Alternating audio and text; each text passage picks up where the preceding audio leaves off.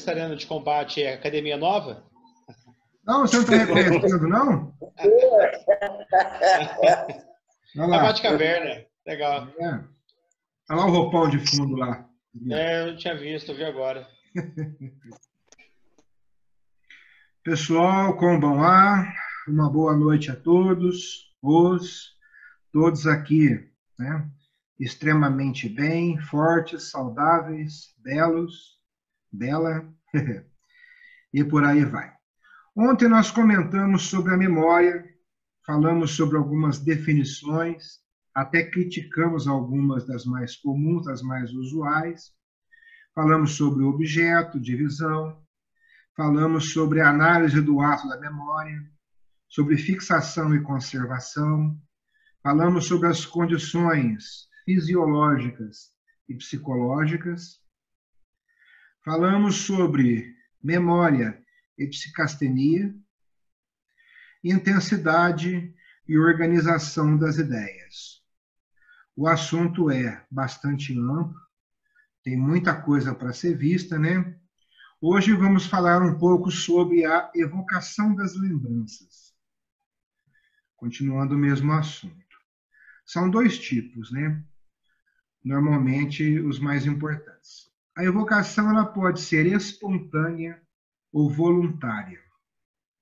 A evocação espontânea é aquela em que uma lembrança se apresenta à consciência como que por si mesma, sem que nada pareça evocá-la.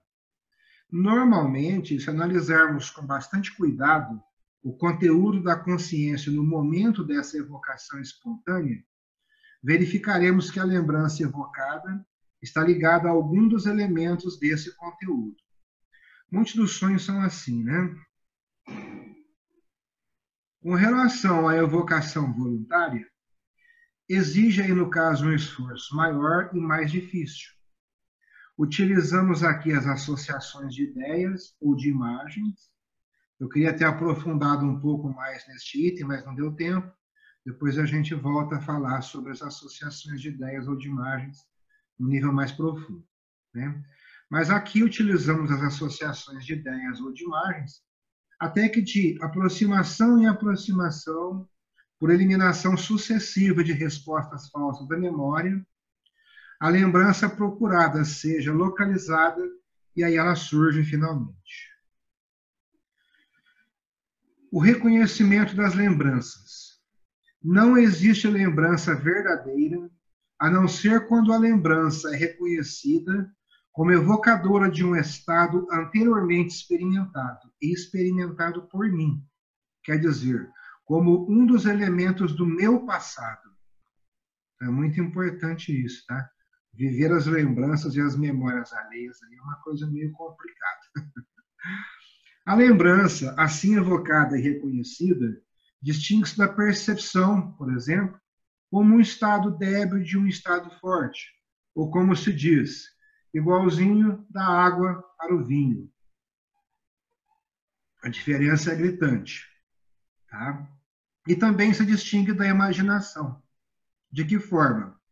É pelo fato de que a imagem pode ser modificada por nós, ao contrário da lembrança, que até podemos afastar, mas não modificar à vontade. Outro fator importante para nós é a localização das lembranças. É fundamental, é necessário situar a lembrança em seu lugar no passado. A memória, para chegar até lá, percorre a extensão dos acontecimentos antigos para então encontrar o lugar preciso da lembrança evocada. Ela se serve para isto, destes marcos que são na linha do passado, as lembranças de acontecimentos importantes em torno dos quais se classificam e se ordenam as lembranças de menor intensidade. Ontem nós falamos sobre isso, né? Aqui já complementando. Vamos falar um pouquinho sobre a importância da memória. A pessoa vai treinar e a gente fala, é necessário que você melhore a tua capacidade de memorização. Por quê? Para quê, né? Com relação à importância, nós já falamos anteriormente da importância do hábito. Quem não assistiu, dá uma olhadinha lá.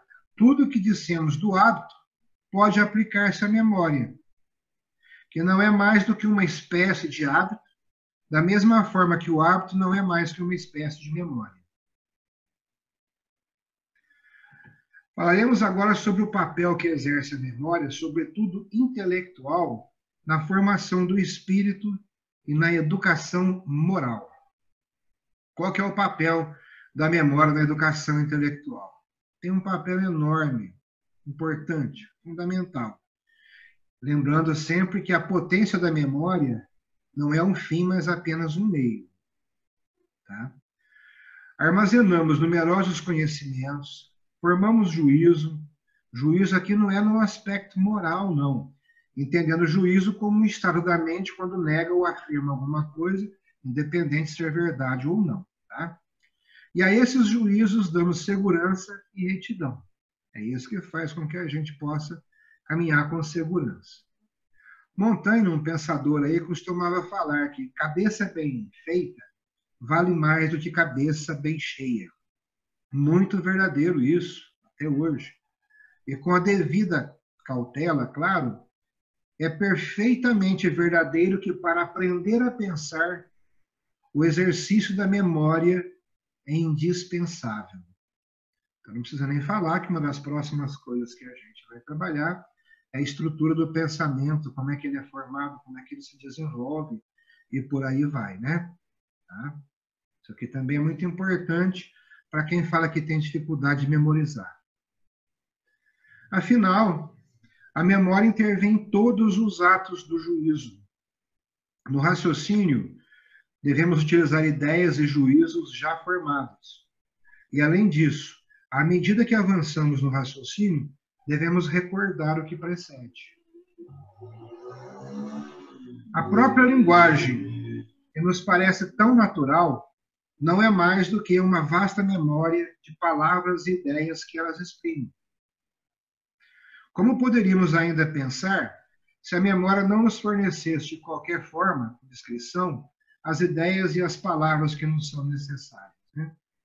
Então, quando a gente fala em estudar uma nova língua, aprender um pouquinho de japonês, de preferência, que utiliza ideogramas, que é uma forma que vai dar um estímulo diferente à nossa memória, né?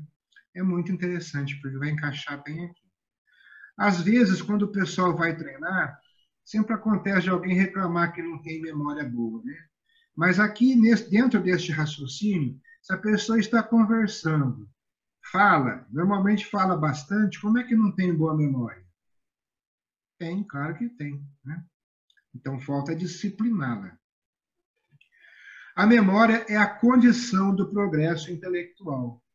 Seria para nós inteiramente impossível realizar qualquer progresso se os conhecimentos que adquirimos se fossem consumindo.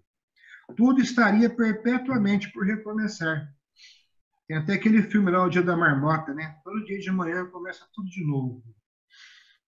Já tivemos também, e temos alunos, né?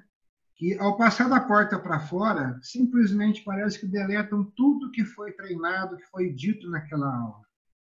Apagam.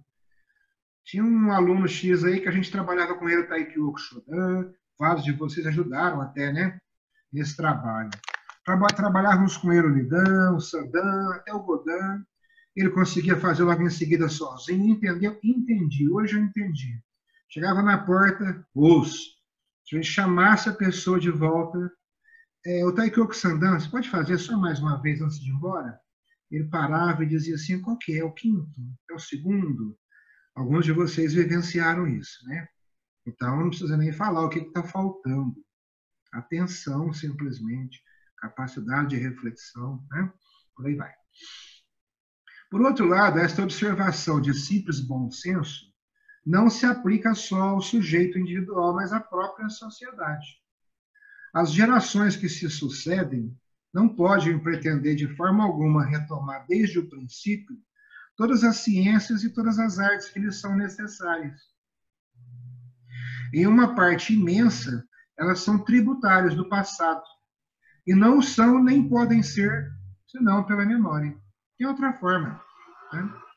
Então, muitas vezes, quando eu falo para vocês trabalharem alguma coisa, muitos começam a questionar e tenta localizar aquilo, ao invés de acompanhar o que a gente está passando, ele vai procurar pesquisar, começar daquilo do zero. Então, eu sempre digo, gente, aprende primeiro o que a gente está passando. A gente já inventou a roda, né? Utiliza. Depois você pode melhorar as condições dessa roda. Não tenta inventar de novo, não. Aproveita, né? É a memória responsável por isso, né? Pascal, um outro pensador, ele falava, e eu concordo muito com o que ele dizia, que a humanidade é como um só homem que aprende continuamente. É muito isso, né? Papel da memória na educação moral. A memória exerce aqui um papel semelhante ao que exerce na educação intelectual. Povoa o espírito de máximas e de exemplos que formam uma espécie de atmosfera moral. É muito importante, e se nos recomende com insistência, que a gente se informe de uma maneira que possa ser atraente sobre a vida de homens ilustres, sábios, né? E, para alguns aí, aqueles com uma tendência religiosa mais forte, estudar, inclusive, a vida daquelas pessoas consideradas santas, né? Estes altos exemplos de heroísmo ou de santidade, nesse caso aí, de devotamento à ciência e à humanidade, são retidos por surpreendente fidelidade.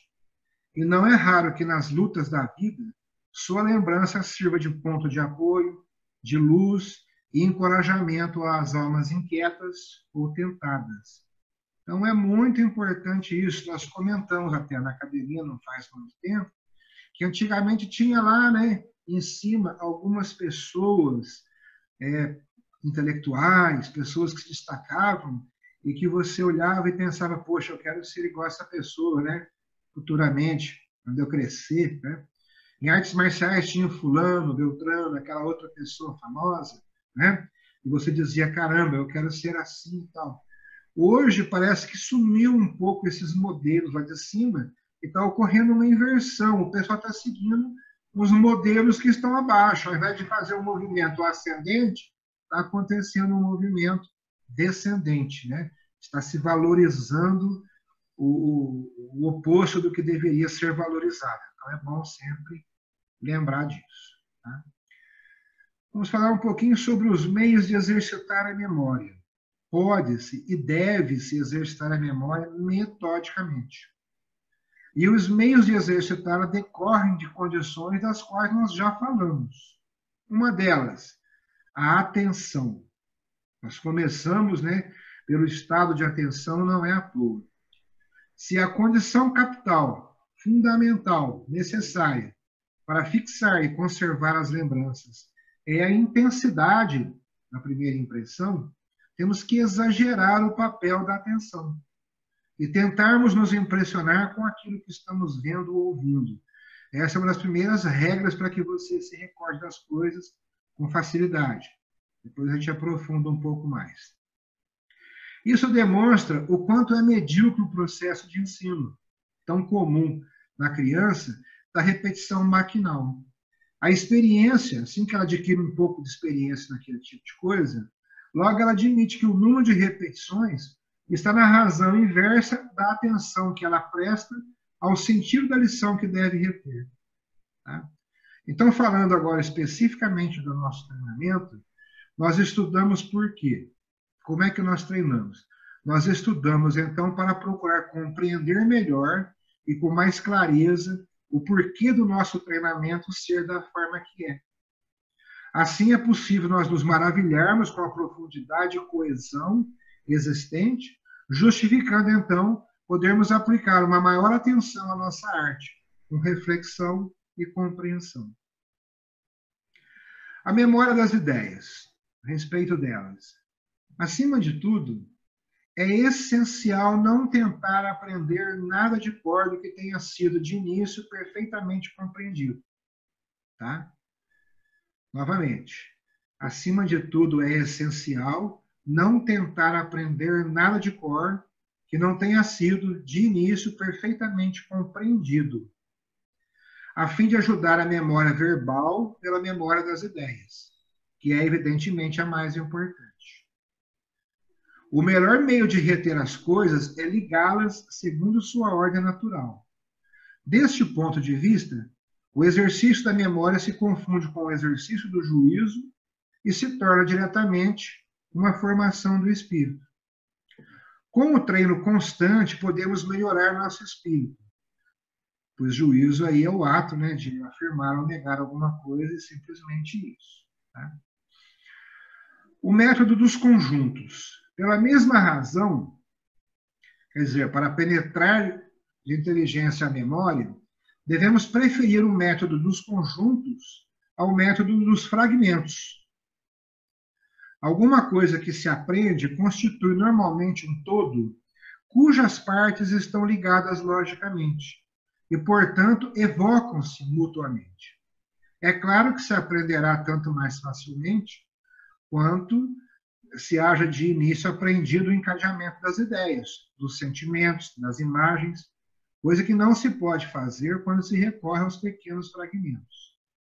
Então, muitas vezes vocês estão treinando, a gente vai trabalhar um kata, por exemplo, vai trabalhar uma sequência, e eu acabo até passando, não um primeiro kata, mas um kata que seja bem simples, né, para o nível que vocês estão, acabo passando aquele kata inteiro, para evitar fragmentar justamente, para forçar a ter uma visão do todo, e aí do todo você parte para as partes, para justamente dar essa continuidade, fazer com que vocês percebam a interligação entre uma coisa e outra e não ficar fragmentando o conhecimento. Tá bom? Afinal de contas, o todo é o conjunto das partes, não podemos nos esquecer disso. Né? Agora vamos falar sobre o concurso das diversas memórias. Para fazer a memória dar todo o seu rendimento, temos que apelar para a colaboração de diversas memórias. Tem um pessoal que faz umas distinções, o tempo hoje não vai dar, mas amanhã a gente fala um pouco mais profundamente sobre isso. A memória visual, das palavras lidas, a memória auditiva, das palavras ouvidas, memória das imagens evocadas, memória dos gestos realizados, no nosso caso o gesto atlético é fundamental, né? O mais importante nisso aí tudinho é descobrir qual a memória preponderante, em qual você se dá melhor, em qual você conversa melhor, né? Se entende melhor. E aí utilizá-la no exercício de desenvolvimento da memória total, sem deixar, é claro, de desenvolver também as outras. Tanto que uma coisa que a gente insiste muito é que nós trabalhamos também a percepção, nossa memória sinestésica, né? Percepção tátil, por aí vai. Né? Para animar vocês um pouquinho, vamos falar por cima sobre os meios de melhorar a memória, a nível orgânico. Tá? Para melhorar a capacidade da memória, o pessoal costuma falar que é fundamental dormir de 7 a 9 horas por dia. Estou frito. Fazer exercícios específicos, né, como a aula teórica, filosófica do karatê. Mais importante ainda, tão importante quanto o anterior, treinar artes marciais na Scorpions. Reduzir o estresse, treinando. E ainda insiste até em comer alimentos como peixe, porque é rico em ômega 3, que é importante para manter o cérebro saudável e funcional. Agrião, contém fósforo, né? E por aí vai. Tendo falado sobre como desenvolver a memória, como é que ela funciona e tudo mais, nós vamos falar agora, talvez, sobre a coisa mais importante. Sabem aquelas memórias, aquelas lembranças que você gostaria de não ter? Aqueles fatos que você queria que não houvessem acontecido na sua existência? Aquela lembrança que você guarda na última gaveta lá, fecha, até tranca, mas de repente ela insiste em pular para fora, em brotar, parece que tem vida própria, né? Então, todos nós passamos ou vamos passar por isso algum dia. Então, nós vamos falar um pouquinho agora sobre o esquecimento e entendê-lo como um auxiliar da memória.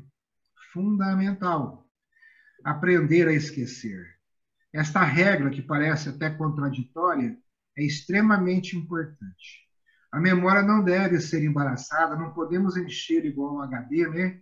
E para que ela permaneça alerta, fresca, saudável, é necessário que as lembranças venham agregar-se a algumas ideias fundamentais e muito gerais, e que tudo que for inútil seja rejeitado e esquecido.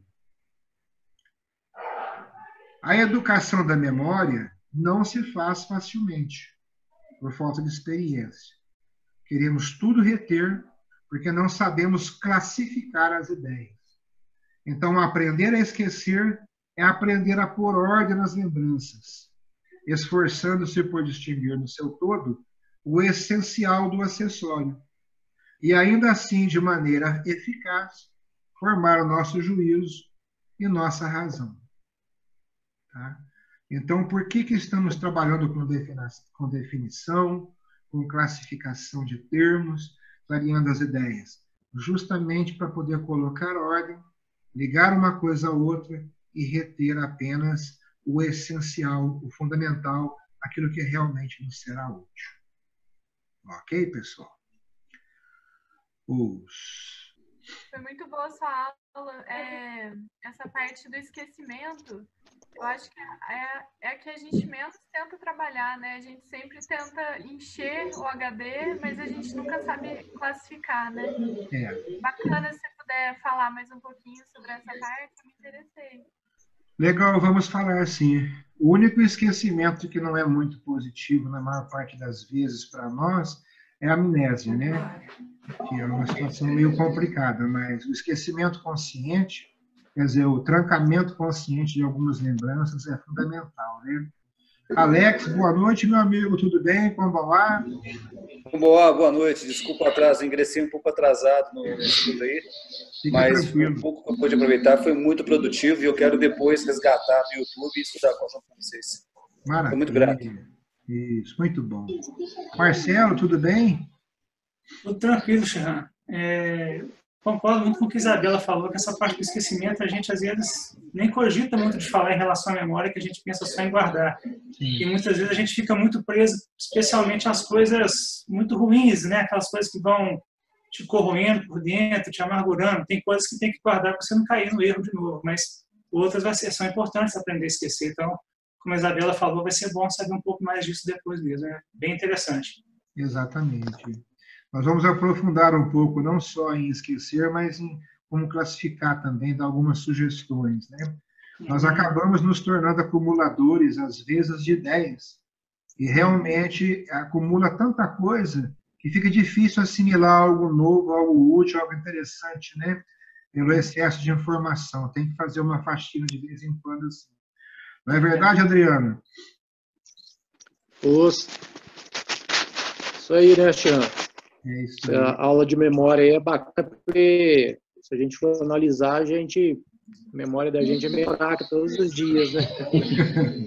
Então, é um jeito da gente analisar, aprofundar. Eu vou repetir várias vezes.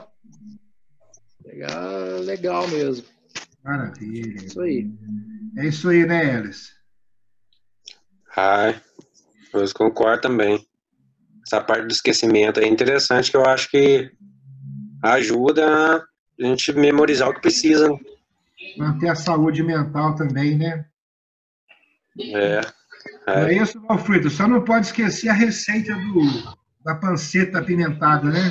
Isso aí não esquece, não. Mas um assunto, Xan, principalmente pelo tema de hoje que o senhor fez essa. Interessante, viu? Essas da parte de memória, eles podem dar uma aproximada. Igualzinho o pessoal falou, a Isabela, o Marcelo, eu doar mais sobre esse assunto, que é muito interessante pra gente. Também quando a gente tem uns 15 anos, né? Aí tem que ter mais talento depois dos 15, né? É isso aí. Né, Rocha? 15 anos de treino. 15 anos que na perna, né? 15 anos na perna. Tá. Esse lance da fragmentação é bem aquele das sequências que o pessoal tinha uns que não gostavam de treinar. Aí, na sequência, não tem outro jeito melhor de aprender do que aquilo. E o pessoal tinha uns que não gostavam daquela sequência. É verdade. É isso aí, né, Tiago? Com certeza. Complicado. Você passa, sai da academia, esquece, deleta tudo. Tá lá, tenso. É bem verdade, faz parte. Pessoal, Oyasumi Nasai. Oyasumi Nasai. Matashita. Vida longa e próspera, a partir aqui da Bate-Caverna.